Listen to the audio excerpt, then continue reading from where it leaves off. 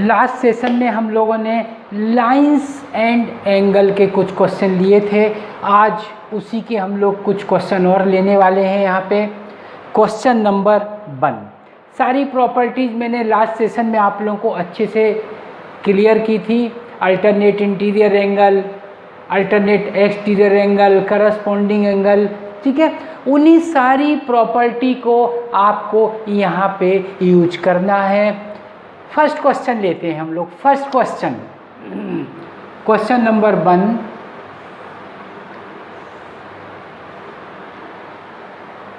these two lines are parallel and this is angle 1 2 3 4 5 6 7 and 8. You have to find the value of these 8 angles. How can you find? कुछ ना कुछ condition, there should be some condition, okay, और there should be some clue. क्या है इस question को यदि हम लोग देखते हैं तो ऐसे तो आप फाइंड नहीं कर सकते। 8 एंगल की वैल्यू, 8 एंगल की वैल्यू कैसे फाइंड करेंगे? तो हर क्वेश्चन में कुछ छोटा सा क्लू या कुछ ऐसी कंडीशन होती है जिसको आप यूज करके बाकी जो एंगल्स हैं उनकी वैल्यू आप आसानी से फाइंड कर सकते हैं। यहाँ पे कंडीशन है the ratio of angle 1 and 2 is 3:2, ठीक है।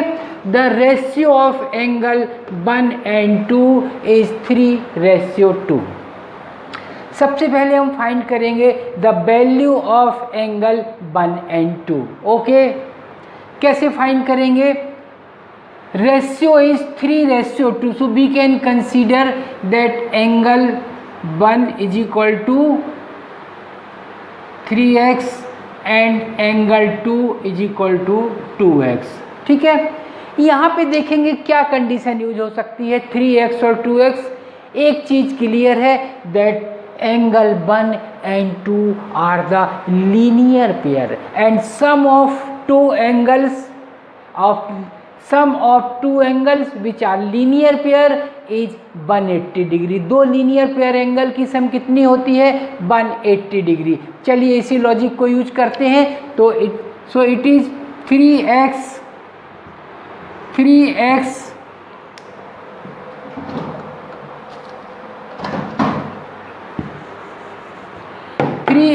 plus 2x, 3x plus 2x is equal to 180, so 5x is equal to 180 and x is equal to 180 upon 5 कितनी हो जाएगी? It is 36.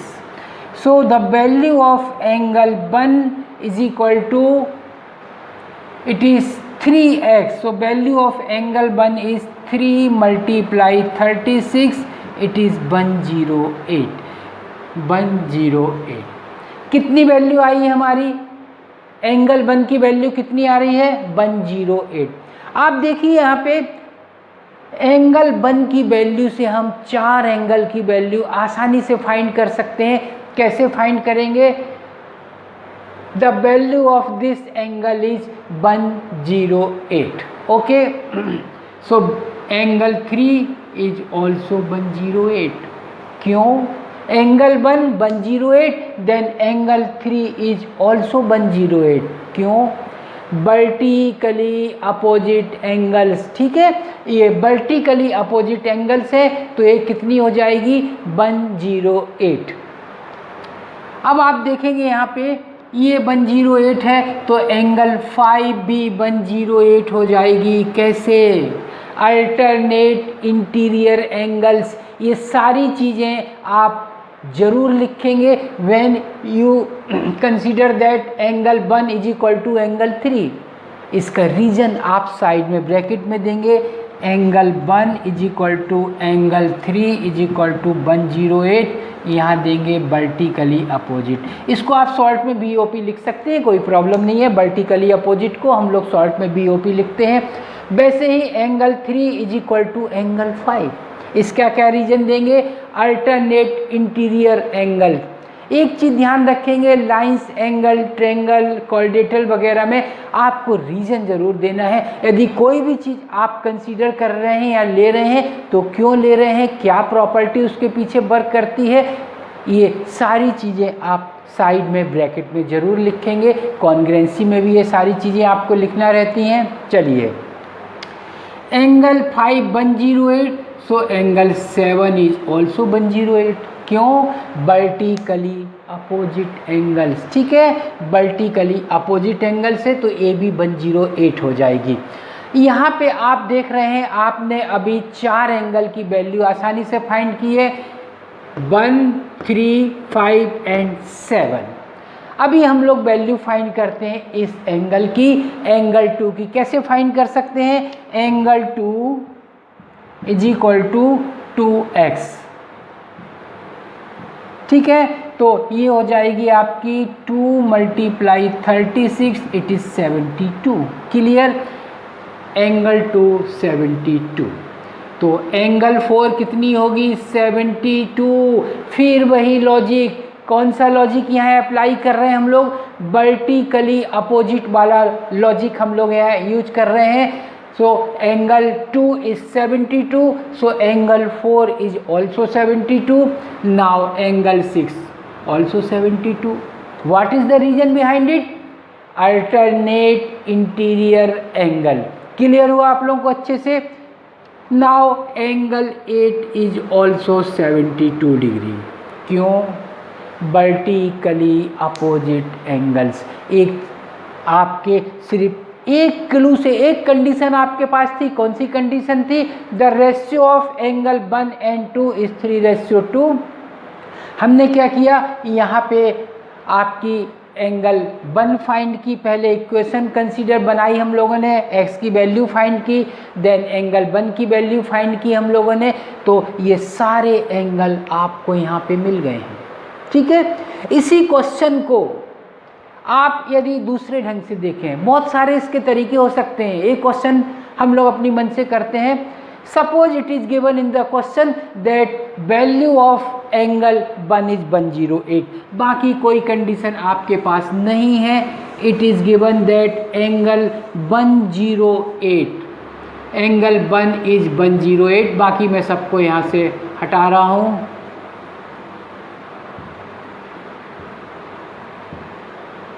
ऐसा क्वेश्चन भी बनाया जा सकता है, it is given in the question that value of angle 1 is 108। फिर वही बात, ये तो आपकी 108 हो जाएगी, वर्टिकली अपोजिट ये 108, अल्टरनेट इंटीरियर इट इज़ 108। कैसे? Vertically opposite. Angle 3 108, angle 5 108, reason alternate interior. When angle 5 is 108 then angle 7 is also 108 degree. Reason vertically opposite. ये रीजन बहुत ध्यान देने हैं आपको। अब एंगल 2 की वैल्यू, कोई कंडीशन नहीं है, आप बड़ी आसानी से फाइंड कर सकते हैं। It is linear pair, angle 1 and 2 linear pair. When it is 108 then 108 को यदि हम लोग 180 से सब्ट्रैक्ट करेंगे, इट इज़ 72, इट इज़ 72। ये 72 आ गई। फिर आप चारों एंगल फाइंड कर सकते हैं। मीन्स इस टाइप की फिगर में when 2 lines are parallel and third line is transversal, सिर्फ एक क्लू बहुत होती है, एक कंडीशन भी आपके पास है तो आप सारे 8 एंगल्स की वैल्यू बड़ी आसानी से यहाँ फाइंड कर सकते हैं। अच्छे से आप लोगों को समझ में आया होगा। कभी कभी हम लोग इस क्वेश्चन को लेते हैं रेशियो इज 3:2। बच्चे लोग यहाँ पे थोड़ी सी गलती करते हैं, एंगल 2 यहाँ 108 लिख दिया। ठीक है, हालांकि लॉजिकली आंसर आपकी सही आएगी, लेकिन इस टाइप की मिस्टेक बच्चे लोगों से होती है। थोड़ा सा कॉमन सेंस लगाना चाहिए। ये एंगल जो आपकी है ये हमेशा 90 से कम है। इसकी फिगर देख के आपको लग रहा है ये एंगल 90 से कम है तो ये 108 नहीं हो सकती। ये कॉमन सेंस भी यहाँ पे आप लोगों को थोड़ा सा यूज करना चाहिए। चलिए ठीक है, अच्छे से समझ में आई होगी। इस लॉजिक के बेस पे बहुत सारे क्वेश्चन हम लोग बना सकते हैं, कोई कमी नहीं है, लेकिन सारे के सारे क्वेश्चनों में यही लॉजिक यूज होने वाली है। क्वेश्चन नंबर हम लोग लेते हैं अभी 2। Question number 2, prove that the sum of all 3 angles of triangle is 180 degree.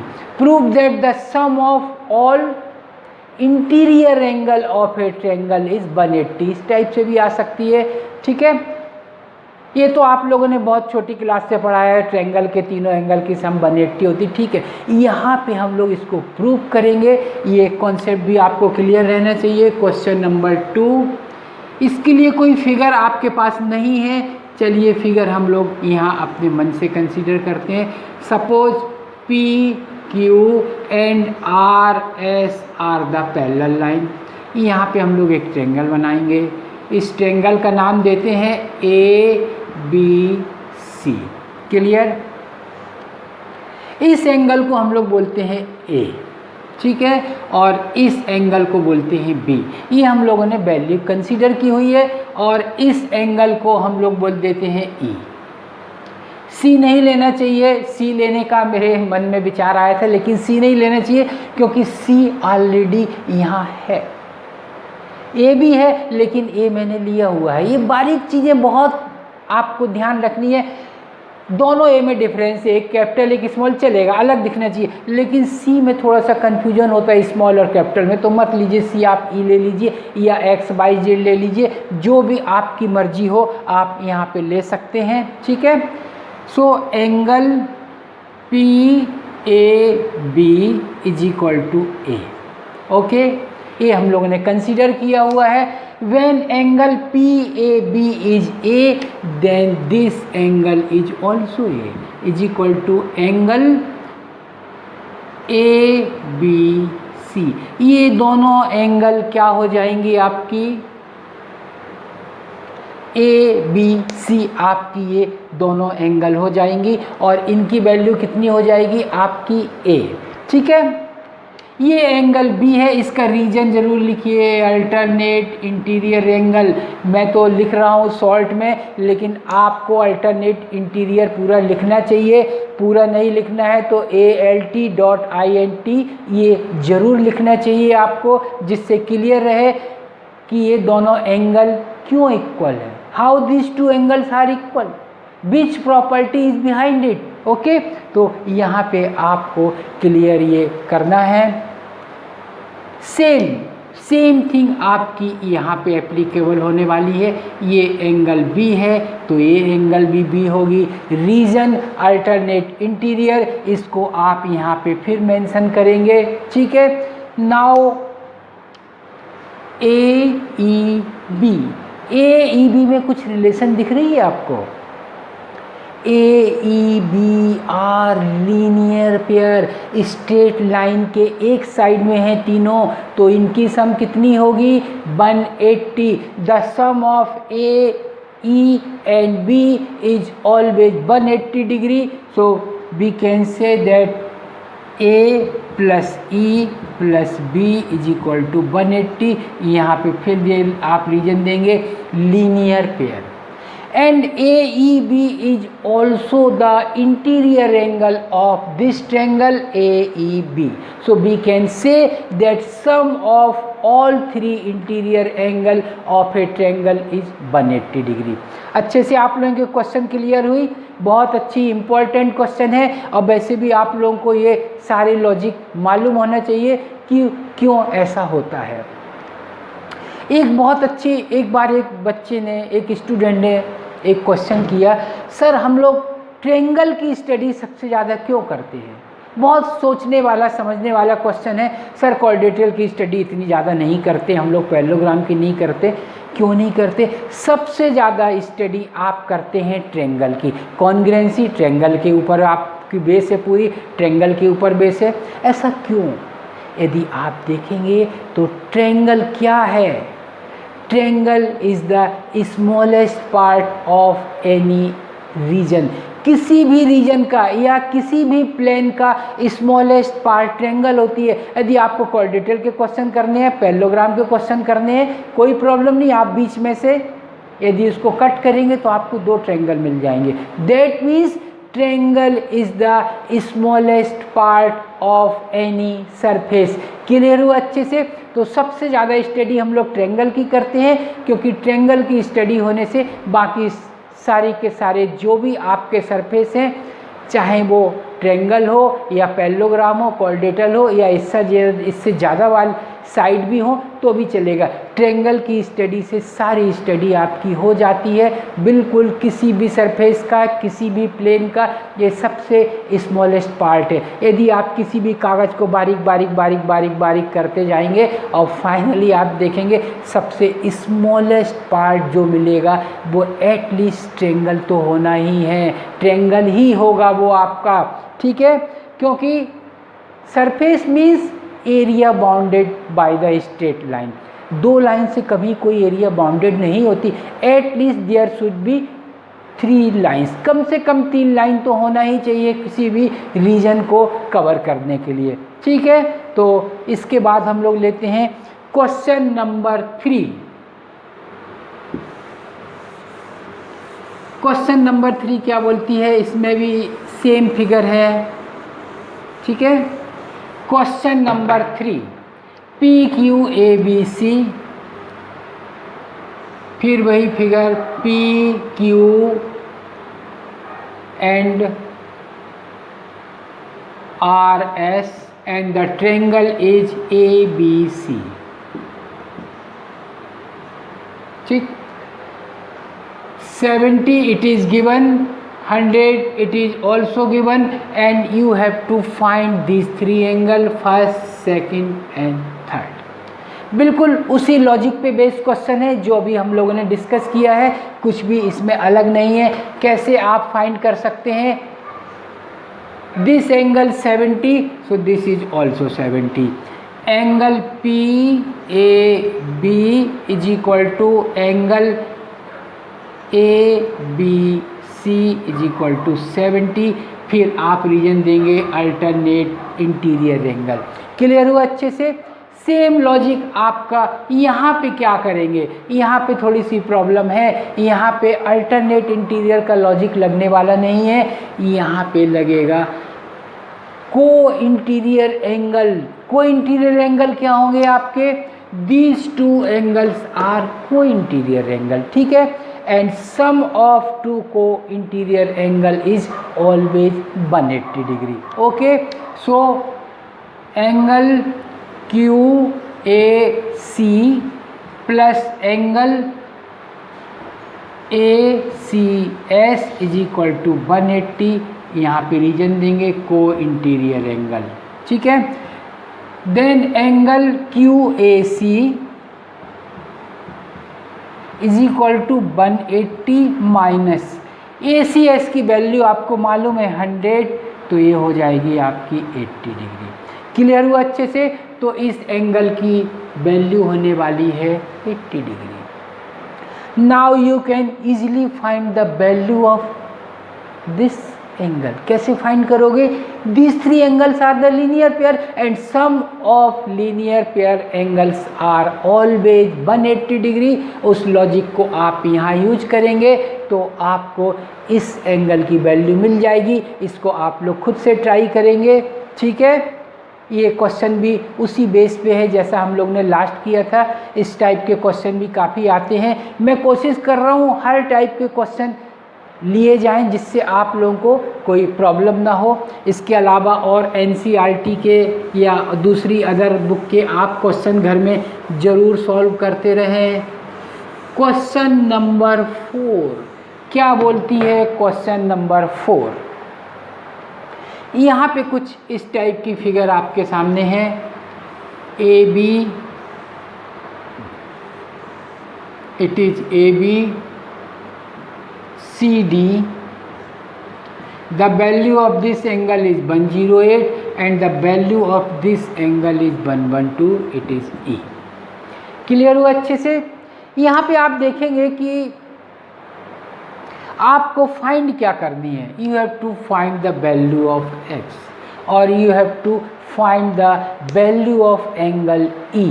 अभी यहाँ पे हम लोग बात कर रहे हैं तो हम लोग बड़ी आसानी से बोल सकते हैं कि इस क्वेश्चन में, इस लॉजिक में क्या हो रहा है, आपका एंगल ई आपको फाइंड करनी है, तो आप एंगल ई बोलेंगे, कोई प्रॉब्लम नहीं है, क्योंकि ई पॉइंट पे सिर्फ एक ही एंगल है, तो आप आसानी से इसको एंगल ई बोल सकते हैं, कोई प्रॉब्लम नहीं है। लेकिन जितनी कंडीशन यहाँ है, उस कंडीशन के बेस पे आप x की वैल्यू फाइंड कैसे करेंगे? How can you find the value of x? कभी कभी क्वेश्चनों में ऐसा होता है कि जो कंडीशन गिवन होती है वो सफिशिएंट नहीं है किसी भी अननोन वैल्यू को फाइंड करने के लिए। उस केस में हम लोग एक्स्ट्रा कंस्ट्रक्शन करते हैं। एक्स्ट्रा कंस्ट्रक्शन करने के बाद में हम लोग इसकी वैल्यू फाइंड कर सकते हैं। यहाँ पे मैं वही करने वाला हूँ। देखिए आप, A B parallel C D, it is given, ये तो क्वेश्चन में है, कोई प्रॉब्लम नहीं है। लेकिन जो हम लोगों ने ई एफ कंस्ट्रक्ट की है, मैं बोलता हूँ it is also parallel to E F. क्यों? ये कंडीशन तो क्वेश्चन में है, गिवन है, लेकिन ये कैसे हो गई? इसका रीजन दोगे बाई कंस्ट्रक्शन। हमको कोई चीज़ बनाना है, हमको कंस्ट्रक्ट कर रहे हैं, तो उसके लिए कोई भी कंडीशन हम लोग खुद डिसाइड कर सकते हैं कि इसको पैरेलल बनाना है, किस लाइन से पैरेलल बनाना है या किस लाइन से परपेंडिकुलर बनाना है, ये हमारे ऊपर है। तो हम लोग किस टाइप से कंस्ट्रक्ट करेंगे एक्स्ट्रा लाइन, जैसी हमारी रिक्वायरमेंट है, जैसा हमको प्रूव करना है। तो यहाँ पे ये लाइन हम लोगों ने बनाई है। अभी ये तीनों लाइन पैरेलल हो गई आपकी। ये दोनों एंगल क्या हैं आपके? को इंटीरियर एंगल। अभी इसको एंगल ई नहीं बोला जा सकता, ये गलत हो जाएगा, आपका पूरा नाम देना पड़ेगा आपको, क्योंकि यहाँ पे पॉइंट ई पे अभी आपके 3 एंगल हो गए हैं, ठीक है। So angle A E F plus angle E A B is equal to 180। क्यों? रीजन फिर वही को इंटीरियर एंगल, ठीक है, ये इसका रीजन होगा। Then angle A E F is equal to 180 minus 108। क्यों? It is 70। 108 कहाँ से आई? ये वैल्यू आपके पास में है, ई ए बी की वैल्यू आपके पास में है, तो आप इसको ले सकते हैं। Then angle A E F is 72 degree, okay. इस एंगल की वैल्यू भी आप आसानी से फाइंड कर सकते हैं। कितनी होगी? 180 से सब्ट्रैक्ट करेंगे तो ये हो जाएगी 68। बाद में फाइनली जो आपको वैल्यू निकालनी है, angle A E C is equal to angle A E F plus angle C E F. So it is 72 plus 68, it is 140। ठीक, क्लियर हुआ अच्छे से आप लोगों को? ये x की वैल्यू कितनी आ गई? 140। तो ये बहुत कॉमन चीज़ है, बहुत जगह अभी आप ट्रायंगल वगैरह करेंगे तो हम लोग यूज करेंगे। एक्स्ट्रा कंस्ट्रक्शन करनी पड़ती है क्वेश्चन में, हमको आगे बढ़ने के लिए हमारी जो रिक्वायरमेंट है, जो वैल्यू हमको फाइंड करनी है, उसको फाइंड करने के लिए कई बार एक्स्ट्रा लाइन हम लोगों को कंसीडर करनी पड़ती है। ठीक है, ये क्वेश्चन आप लोगों को अच्छे से समझ में आए होंगे। नेक्स्ट सेशन में हम लोग कुछ और अच्छे इम्पोर्टेंट क्वेश्चन मैं आपको बताऊंगा जो एग्ज़ाम में करीब करीब आते ही हैं। कुछ इस टाइप के क्वेश्चन हैं जिनको हम लोग डिस्कस करेंगे। चलिए ठीक है, आज का सेशन यहीं पे हम लोग एंड करते हैं।